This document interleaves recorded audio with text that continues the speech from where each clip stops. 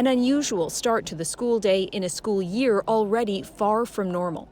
Public Health set up a clinic to test 300 students and staff after several cases here. We just came back and it's starting again, says this parent. It's hard and frustrating. My son was crying because he wanted to return to school, she says, but he's one of several students isolating at home instead.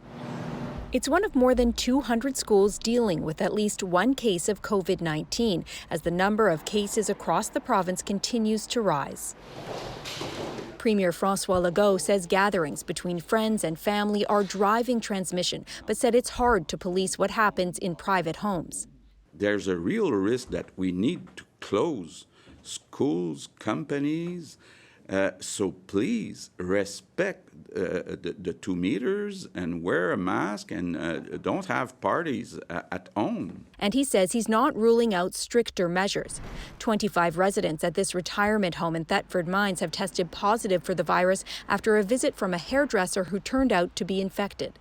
It means for us that we have to be more careful for all visitors, all workers, all families, residents, to enforce the sanitary measures. Monica Jess left her job as a nurse after a grueling experience and seeing many die in a long-term care home last spring. The virus hit nursing homes hard. I was putting my kids and my father-in-law in danger, she says. Eventually, she'd had enough.